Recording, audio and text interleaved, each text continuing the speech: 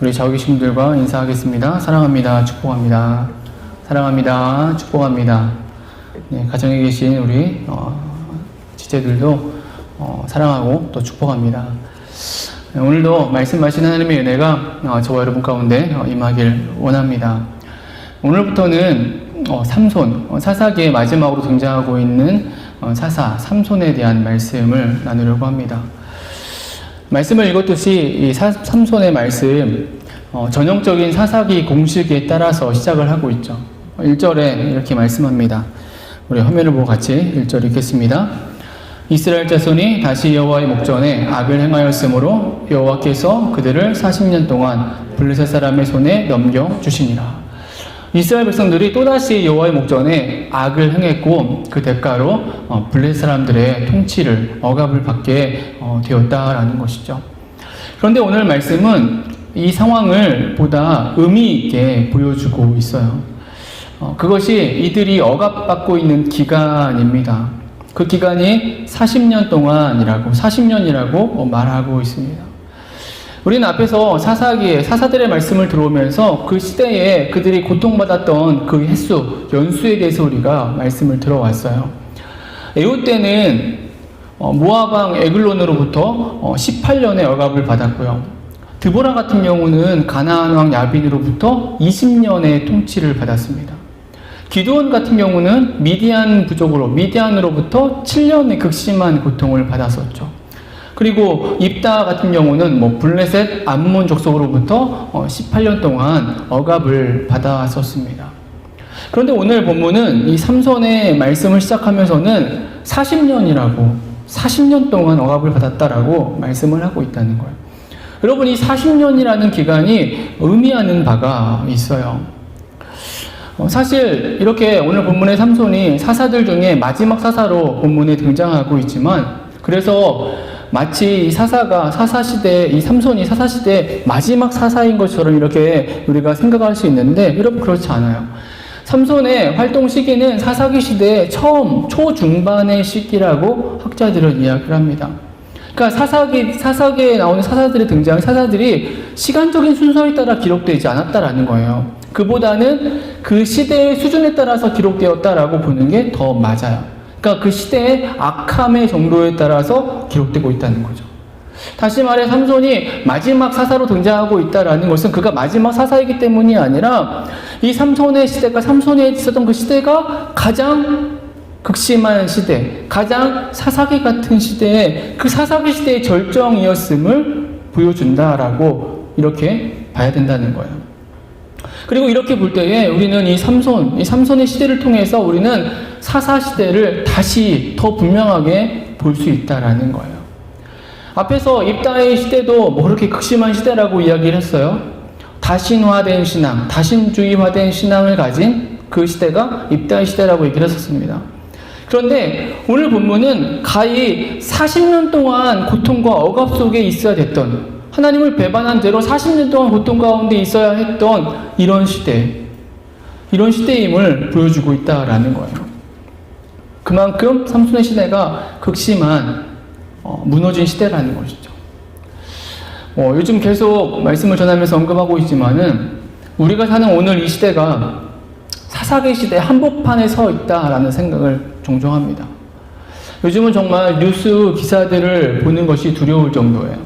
기사들에 달려있는 댓글들을 보면은 어찌나 교회를 비난하고 기독교인들을, 크리스찬들을 비난하는 이야기를 추성인지 모르겠어요. 그런 글을 볼 때마다 아니라고 항변하고 싶고 답답함과 막 억울함에 눌릴 때가 한두 번이 아니에요.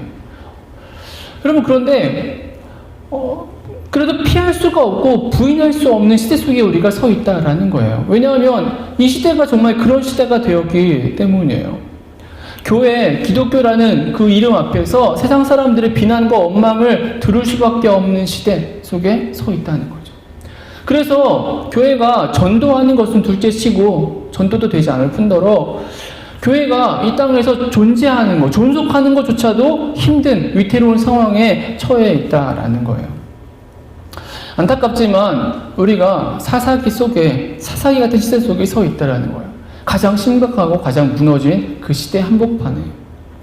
여러분, 그래서 오늘 이 삼손의 말씀이 더욱 우리에게 의미가 있다는 것이죠.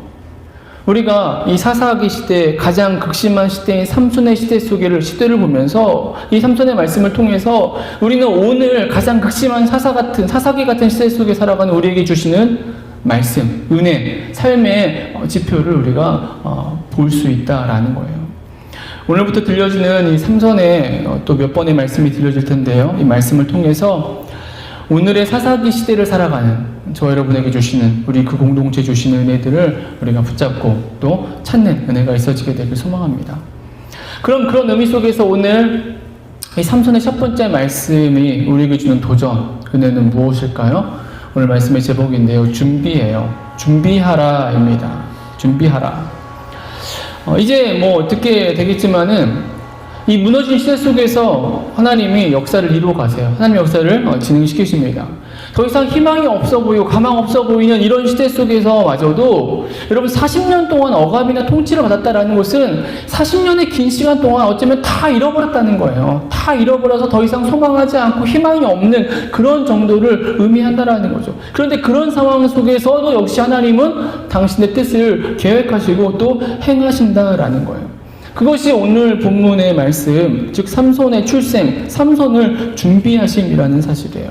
삼손을 준비시켜서 사사로 세우셔서 그리고 이스라엘을 구원하는 그 일을 지금 감당해 나가시려는 거예요. 여러분, 이런 하나님의 모습 보면서 우리가 오늘 다시금 은혜를 얻을 수 있습니다. 오늘이란 시절이 가장 어둡고 막막한 무너진 시기 같아요. 시기예요. 하지만 그럴지라도 우리가 절대 낙심하거나 좌절하지 않을 이유가 여기에 있는 것입니다. 기독교가, 교회가 세상으로부터 온갖 비난과 또 냉대를 받고 있지만 그럼에도 불구하고 하나님의 교회가, 기독교가 또 하나님의 백성들이 세상 속에서 위축되지 않을 충분한 이유가 여기에 있는 거예요. 하나님께서 일하신다는 거죠. 하나님께서 일하실 거라는 사실입니다.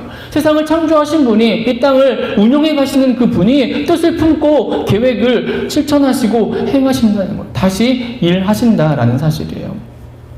오늘 내 모습이, 우리의 모습이 좀 연약할지라도 우리의 가정과 우리의 직장, 공동체, 이 사회를 보면서 어두운 부분이 많을지라도 다시 일하실 하나님, 역사하실 하나님을 의지하고 붙잡는 은혜가 있어지게 되길 주님의 이름으로 축원합니다. 그럼 이러한 하나님의 일하심 어떻게 시작하고 있고 하나님의 그 준비하심의 그 내용, 실제적인 내용은 무엇일까요? 여러분, 그 일하심, 준비하심이 삼손의 출생이라고 말씀드렸어요. 근데 더 직접적으로는 삼손이 출생하게 되는 그 가정, 마노아의 가정이 하나님의 준비하심이에요. 하나님의 일하심이 되고 있습니다. 우리 2절, 3절 말씀 우리 같이 읽겠습니다. 2절, 3절 같이 읽습니다. 소라 땅의 단 지파의 가족 중에 마노아라 이를 가진 자가 있더라. 내 아내가 임신하지 못함으로 출산하지 못하더니 여호와의 사자가 그 여인에게 나타나서 그에게 이르시되 보라, 내가 본래 임신하지 못함으로 출산하지 못하였으나 이제 임신하여 아들을 낳으리니. 삼손이 단지파의 가족 중에서 마노아라는 사람의 가정에서 태어날 것이다, 태어나게 됨을 말씀하고 있는 것이죠. 사실 이 삼손의 이 말씀을 시작하면서 이 삼손의 출생에 대한 내용, 사사 삼손을 이야기하는 데 있어서 꼭 필요한 말씀인가 라고 생각을 할 수가 있어요. 꼭 그렇게 필요하지 않은 본문으로 여겨질 수도 있습니다. 왜냐하면 우리가 앞에서 들어왔듯이 사사들의 말씀을 들어왔는데 그들의 이야기를 보더라도 그들의 그 출생에 대해서 자세히 설명하는 사사들이 없었어요. 있었다면은 입다 정도겠죠. 입다는 기생의 아들이라고 이렇게 언급을 하고 있었으니까요. 근데 입다를 빼고는 대부분의 사사들은 그들의 출생부터 기록하지 않았어요. 그리고 실제로 이 삼손의 말씀 보면은 오늘 13장이 출생에 관련된 말씀인데 13장을 건너뛰고서 14장부터 시작해도 아무런 문제가 되지 않아요. 삼손의 이야기를 함에 있어서. 실제적인 삼손의 사역들을 보는 데 있어서. 그렇다면 오늘 이 13장이 들려주고자 하는 의미, 가지고 있는 의미가 무엇이냐라는 거죠. 삼손의 이야기를 좀 더 재미있게 흥미롭게 하려고 하는 그런 서론에 불과한 내용인가? 그럼 그렇지 않다는 거예요. 왜냐하면 말씀드렸듯이 이 13장을 통해서 우리는 그 무너진 시대 속에서 하나님이 어떻게 일하심을 시작하시는지에 대한 그 뜻을, 그 배경을 우리가 볼 수 있기 때문에 그래요.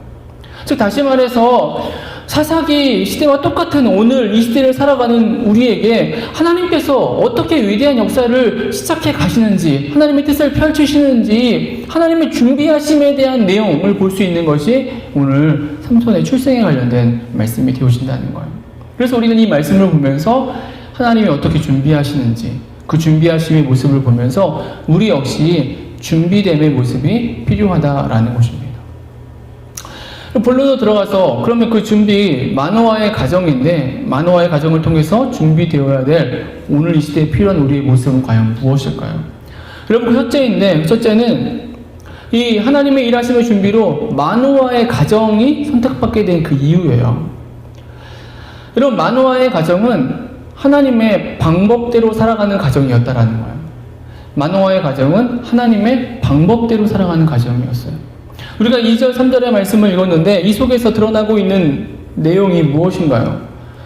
아내가 임신하지 못했다라는 거예요. 아내가 임신하지 못하여서 자녀가 없었다라는 사실입니다. 요즘은 아이를 낳는 것이, 자녀를 갖는 것이 선택의 자유이고 하나도 겨우 낳는 것이 이 시대의 흐름이 되어가고 있는데요. 오래된 과거에는 그렇지 않았어요. 자녀가 없다라는 것은 그 가정의 가문에 문제가 되어지고 정말 원하는데도 아이를 갖지 못했을 때에 그로 인해서 많은 힘듦을 겪어야만 했던 것이 오래된 과거의 이야기입니다. 아이를 낳지 못하는 것이 일종의 큰 문제가 되어진다는 거죠. 그런데 성경의 시대는 더 그랬어요. 이 본문의 시대는 더욱 더 그런 시대였습니다. 왜냐? 자식이 하나님이 주신 복으로, 하나님이 주신 기업으로 여겨지던 그런 시대였기 때문이에요. 그래서 문제가 될 수밖에 없었죠. 성경에 보면은 그래서 자녀를 낳지 못해서 하나님께 간절히 기도했던, 울부짖었던 여인들을 우리가 보게 되는 거죠. 그 대표적인 여인 중에 한 명이 한나죠. 사무엘 선지자의 어머니인 한나. 한나가 자식을 낳지 못해 성전에서 간절하게 기도했었어요. 즉 본문의 시대는 자식은 하나님의 축복을 가늠하는 기준이었고, 그래서 자식이 없다는 것은 그 가정에 매우 큰 어려움과 큰 결핍의 모습, 문제가 되고 있었다라는 거예요. 그래서 이 시대 사람들은 자식을 얻기 위해서 다른 방법들을 썼어요. 여러 명의 아내를 두었다라는 거예요. 자녀들을 많이 낳으려고, 자녀들을 낳으려고. 사사들도 마찬가지였어요. 우리가 앞에서 말씀을 들어왔듯이 기드온 같은 경우 아들이 수십 명이었어요. 아들이 수십 명이라는 것은 적어도 아내가 여러 사람이었다라는 것이죠. 그리고 오늘 본문 바로 앞에 나오는 흔히 소사라고 일컬어지는 그 입산과 이 압돈의 경우도 마찬가지예요. 12장 9절과 14절 말씀 보면은 아들 30명, 딸 30명, 또 아들 40명이라고 말씀하고 있어요. 그 사사라고 하는 자들도 여러 명의 아내를 두어서 자식을 낳고 그것을 하나님의 축복이라고 이렇게 생각하고 있던 시대, 그게 오늘의 시대, 이 본문의 시대라는 거죠. 여러분 그런데 과연 그러할까라는 거예요. 아내를 여러 명 두어서 자녀를 많이 가지는 것이 이게 정말 하나님이 원하시는 바일까라는 거죠. 여러분 그렇지 않죠. 우리는 알고 있어요. 창세기의 인간 창조의 말씀에서 우리가 볼 수 있듯이 하나님이 원하시는 가정은 일부일처의 모습이라는 거예요. 한 남자와 한 여자가 만나서 한 몸을 이루는, 가정을 이루는 것입니다. 그런데 이스라엘 백성들은 이 시대 속에서, 구약의 시대 속에서 여러 아내를 거느리고 그것이 하나님의 축복인 양 오인하며 살고 있었다라는 거예요. 여러분 여기서 우리는 충분히 생각할 수 있어요. 이러했다라는 것은, 이러했기 때문에 자식이 없다라는 것은 조금의 문제가 아니라는 거죠. 어쩌면 주변의 사람들로부터 경멸당할 수도 있다라는 거예요. 마치 죄인처럼 취급당했을 수도 있다는 것입니다. 그리고 그렇다는 것은 오늘 본문의 마노아의 가정도 그런 대접을 받았을 수 있었다라는 거예요. 그럼 우리는 이렇게 생각해 볼 수 있죠. 그러면은 마노아와 그 아내도 그런 방법을 쓸 수 있지 않았을까라는 거예요. 마노아가 첩을 두지 않았을까라는, 그런 생각을 하지 않았을까라는 것이죠. 사사들도 아내가 여러 명이어서 자식을 낳는데 일개 평범한 사람이 마노아가 아내를 한 명 더 얻어서 자식 하나 더 얻는 것이 그게 무슨 큰 문제가 되겠냐라고 생각할 수 있다는 거죠. 남들 다 그렇게 하는데 우리도 그렇게 해보자라고 생각할 수 있다라는 거죠. 그런데 2절 말씀은 아까 말씀이 분명하게 보여주고 있어요. 마노아의 가정은 그렇게 하지 않았다라는 거예요. 모든 사람이 다 첩을 두고 자식을 낳고 있었는데 그러면서 하나님의 축복을 받았다라고 스스로 생각하고 스스로 만족하는 그런 시대 속에서 적어도 마노아의 가정은 그러지 않고 있었음을 오늘 성경은 들려주고 있다는 거예요. 자식이 없어서 외롭고 세상으로부터 냉대를 받을지라도 오해받을지라도 이들은 첩을 두지 않았어요. 다른 아내를 두지 않았습니다. 다른 인간적인 방법을 사용하지 않는 가정이었다라는 것이죠. 바로 여기에 이 마노아의 가정에 삼손이 태어나게 되는 이유가 있는 것이죠. 마노아의 가정. 그 무더기 시대 속에서 왜 굳이 마노아의 가정인가라고 했을 때에 마노아의 가정은 하나님의 방법대로 사는 가정이었다라는 거죠. 세상 모두가 무너지고 그 시대의 영적 흐름 자체가 다 어둠 가운데 무너진 영적 무지의 상태였지만은 이 마노아는 여전히 하나님의 방법을 고수하고 외로이 말씀대로 지켜가는 자, 그건 마노아였다는 거예요. 사사기 시대 속에서 하나님의 일하심을 준비한다라는 것은 바로 이것을 의미하는 거예요. 하나님의 방법대로 선다라는 것이죠. 하나님의 방법대로 살아간다라는 것입니다. 세상 다 그러는데 뭐 나라고 뭐 별거 있나? 뭐 나도 역시 적당히 살아야지. 뭐 나 혼자 얼마나 뭐 거룩한 척 하겠어. 여러분 그게 아니라는 거예요. 그것은 사사기 시대를 살아가는 그냥 세상 사람들의 모습일 뿐이에요. 그 시대를 편승한 자의 모습일 뿐입니다. 하나님의 역사하시고 하나님의 일하심을 받는 이 마노아의 가정은 그렇지 않았다는 거예요. 만약에 그랬다면 삼손은 이 가정 속에서 태어날 수 없었을 거라고 생각을 해요. 왜냐하면 하나님은 정확하신 분이시기 때문에 그래요. 여러분, 하나님은 정확한 분이심을 믿으시길 바라요. 하나님은 대충대충 하시는 분이 아니에요. 하나님은 우리처럼 쉽게 하시는 분도 아니십니다. 하나님의 말씀을 온전히 지키고 그 길을 걸어가는 인생들에게 하나님은 보시고 기억하시고 그리고 그에 따라서 역사해 주신다라는 거예요. 마노아의 가정이 그러했다라는 것이죠. 오늘 마노아의 가정처럼 저 여러분이 하나님의 방법, 내 개인적으로 나의 직장생활 속에서 나의 가정생활 속에서 도전과 유혹들이 있다면 하나님의 방법대로 그 싸움을 싸워나가는 그 방법을 고수함으로 살아가는 저 여러분, 우리 공동체가 되어지길 소망합니다. 어떻게 우리는 그런 삶을 살아갈 수 있을까요? 깨어있어야 되는 것이죠. 그래서 깨어있음이 필요한 것입니다. 깨어있지 않으면 하나님의 방법을 고수할 수가 없어요. 깨어있지 않으면 무엇이 옳고 그른지 분별할 수가 없습니다. 그러다 보니까 하나님의 방법이 아닌 다른 방법을 찾게 되고 다른 방법에 의지하게 되고 그리고 내 감정과 내 생각이 앞설 수밖에 없다라는 거예요. 내 기대감이 앞설 수밖에 없다라는 것입니다. 그러면 하나님의 방법대로 설 수가 없다라는 것이죠. 그리고 또 한 가지는 비교하지 않아야 되겠죠. 하나님의 방법을 고수하는 그 방법, 비교하지 않는 거예요. 비교하게 되면 결국 다른 것을 바라보고 무너지게 됩니다. 비교에 생겨나는 것이 무엇일까요? 우월감 내지는 열등감이겠죠. 비교했으니까, 비교해보니까 내가 저 사람보다, 저들보다 우월하거나 아니면 열등하거나 이걸 느끼는 거예요. 여러분, 그런데 이 우월감과 이 열등감, 이것은 다 죄성에 기인한 거예요. 그게 다 죄성에 기인한 것입니다. 이 두 가지는 사실 다 치유되어야 될 감정이라는 거예요. 하나님 백성들에게 맞는 감정이 아닌 것입니다. 모습이 아니라는 거예요. 우월감 속에서는 숙여지지 않는 교만함을 보게 돼요. 하나님의 뜻대로 살려는 모습은 없어지고 자기가 옳은 거예요. 내가 옳은 거예요. 내가 맞는 것입니다. 내 삶의 형태가 지금 옳다라고 이야기하는 것이 우월감의 모습이 드러나게 되는 거고, 열등감에서는 도무지 만족하지 못하는 어리석은 인생의 모습을 보게 되는 것입니다. 내 신세를 한탄하고 자괴감에 빠진다는 것이죠. 우월감에 빠집니다. 하나님의 뜻을 찾기보다 그 방법대로 살아가기보다 불평과 불만을 내뱉으면서 세상의 방법에 편승하는 그런 삶을 살아가게 된다는 거죠. 비교하지 않고 하나님만을 바라볼 때에 우리는 감사하는 삶, 하나님 나라의 백성의 삶을 살아가게 된다는 거예요. 마노아가 주변 사람들과 비교했을까요? 비교했다면은 자식을 얻기 위해서 분명 무언가를 했을 거예요. 다 하는데 왜 나만, 왜 우리만 안 해? 우리 또 하자라고 할 수밖에 없는 것이죠. 하지만 그는 주변을 보지 않고 비교하지 않았고 오직 하나님만을 바라보는 자였다라는 것입니다. 여러분, 남들이 중요하지 않습니다. 다른 사람들이 어찌하든 간에 그건 의미가 없어요. 중요하지 않아요. 내가 내 모습이 하나님 앞에서 기뻐하는 모습으로 서 있는지, 하나님이 원하시는 그 모습을 선택하고 살아가고 있는지, 여기에 하나님의 뜻하심이 담겨져 있는 것입니다.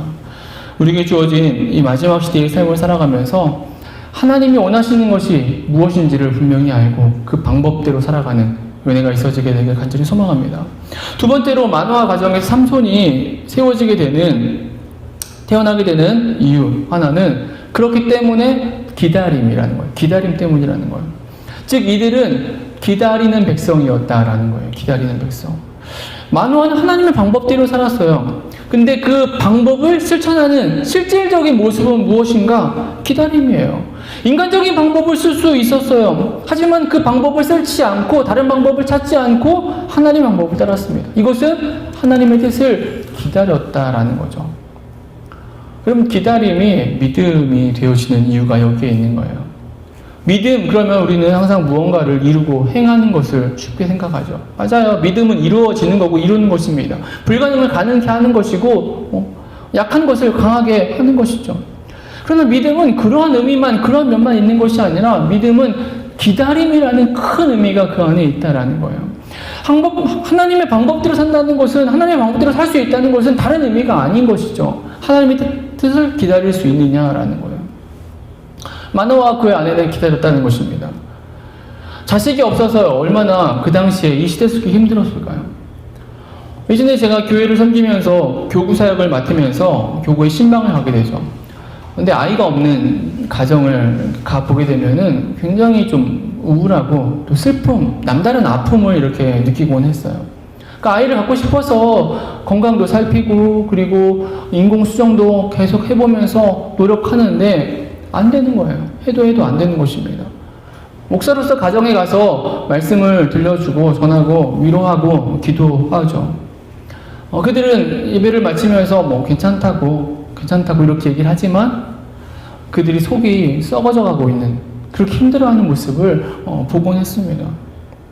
여러분, 오늘 이 시절에도 아이가 없어서 고통받는 그런 사람들이 있어서 이러한데, 이 성경 속의 본문의 시절 속에서 아이를 낳지 못하는 것은 가히 말로 할 수 없는 내적인 외적인 그런 고충을 받아야만 했다는 거예요. 그러나 이 마노아의 가족은 하나님의 방법대로 나아가면서 충분히 기다림의 삶을 살았다라는 것이죠. 그리고 그 기다림 끝에 삼손을 얻게 된 것이죠. 여러분, 기다릴 때에 하나님의 인도하심을 받게 되는 것입니다. 기다리지 못하면 하나님의 방법이 아닌 다른 방법을 강구하고 찾고 행하게 된다라는 거예요. 마지막 시대로 갈수록 점점 더 정말 빨라지고 있어요. 초인스턴트의 시대가 되고 있어요. 빨리빨리 되기를 소망하고 빨리 무엇인가를 얻기를 소망하고, 그렇지 못할 때, 늦어지거나 기다려야 될 때 이것은 지루하거나 무능력한 것으로 이렇게 인정받는 시대가 되어가고 있어요. 여러분, 그런데 세상은 그러할지라도 성경은, 신앙은 그렇지 않다는 것입니다. 오히려 기다리는 것이 믿음이고 신앙의 모습이라는 거예요. 세상의 방법과 세상의 관심과는 다르지만 여전히 하나님을 향하여 기다림을 갖는 것이 참 믿음이고 참 백성의 삶의 모습이 되어진다는 것이죠. 정말 기다릴 수 있는 믿음의 백성이 되어지길 소망합니다. 충분히 기다림을 통해서 하나님의 역사, 어두운 시절 속에서도 일하신 하나님의 역사를 나를 통해서, 우리의 가정을 통해서, 우리의 직장과 공동체를 통해서 경험해가는 은혜가 있어지게 되길 주님의 이름으로 축원합니다. 마지막 마노아 가정, 이 가정은 하나님의 말씀을 믿는 가정이었다라는 거예요. 온전히 믿는 가정이었어요. 오늘 읽은 본문 이후에 보면은 이 삼손의 출생에 대한 말씀을 마노아의 아내가 먼저 들었어요. 오늘 본문은 그 말씀이었습니다. 그래서 이 아내가 남편에게 전했죠. 그러자 아내의 이야기를 듣고 마노아가 기도합니다. 8절의 말씀이에요. 우리 화면을 보고 8절 같이 읽습니다. 마노아가 여호와께 기도하여 이르되 주여 구하옵나니 주께서 보내셨던 하나님의 사람을 우리에게 다시 오게 하사 우리가 그 낳을 아이에게 어떻게 행할지를 우리에게 가르치게 하소서 하니, 아내의 이야기를 들은 마노아가 아내의 말을 가볍게 여기지 않아요. 무슨 소리야, 무슨 그런 일이 어디가 있어, 어떻게 아이를 낳아, 이것은 포기하지 않았다는 거예요. 이것은 마노아가 포기하지 않았다는 것입니다. 아내의 말을, 아내의 그 하나님의 사람의 말을 들은 그 말을 인정하고 믿고 있는 거예요. 그래서 기도하고 있는 것입니다. 8절에. 그리고 기도할 때 이렇게 말하고 있어요. 그의 입을 통해서 주실 아이를 확신하며 고백을 합니다. 우리가 그 낳을 아이에게, 이렇게 말하고 있어요. 삼손의 출생에 대해서 마노아는 확신했다라는 거예요. 믿었다는 거예요. 그 믿음 속에, 확신함 속에서 보다 구체적인 양육을 위한 말씀을 구하고 있는 게 이 8절의 말씀이 되고 있다는 거죠. 즉 마노와 그의 아내는 하나님의 말씀을 온전히 믿는 인생들이었다라는 사실이에요. 여러분, 오늘 이 마지막 시대에 믿음 백성들에게 필요한 모습입니다. 하나님이 당신의 백성들에게 주시는 메시지가 있어요. 말씀이 있습니다. 우리 각자에게 주시는 약속이 있어요. 우리가 그것을 온전히 믿어야 된다는 것입니다. 믿지 못할 때, 의심할 때 다른 방법을 찾게 되고 다른 일들을 도모하게 된다는 거예요. 그것은 참 믿음이 될 수 없는 것입니다. 진정한 믿음이 되어줄 수 없다라는 것이죠. 오늘 마노아의 가정, 이 속에서 우리가 보게 되는 하나님의 일하심이에요. 하나님의 일하심을 경험하기 위해 필요한 준비됨의 모습입니다. 마노아와 그의 아내가 그런 삶을 살았다는 거예요. 이 암흑의 이 사사기 시대 속에서 세상의 방법과 세상의 관점을 뒤로 한 채 하나님의 방법대로 살았던 인생들이 이들이었고요. 하나님의 그 방법대로 살아가면서 기다림의 삶을 충분히 살아간 자들이 이들이었고요. 그리고 주신 말씀을 의심치 않고 온전히 믿는 자, 그들이 마노아 그의 아내였다라는 거예요. 그 속에서 삼손이 태어나고 있다는 거예요. 가장 극심한 그 어두움에 무너진 시대 속에서 하나님이 쓰실 그 사람이 이 가정 속에서 태어나게 되었다라는 것이죠. 오늘 저와 여러분이 이 사사기 시대, 사사기와 똑같은 이 의감의 시대를 살아가면서 마노아의 가정과 같은 은혜가 우리 가운데 있어지길 소망합니다. 무너진 시절 속에서, 어두운 시절 속에서 정말 하나님의 방법대로 하나님의 뜻을 기다리면서 하나님이 주시는 약속의 말씀을 온전히 믿고 신뢰함을 통해서 하나님의 역사를 경험하고 실천해가는 정말 하나님 나라의 삶을 이 마지막 때에 살아내는 저 여러분, 우리 그 공동체 교회가 되어지게 되길 주님의 이름으로 축원합니다. 우리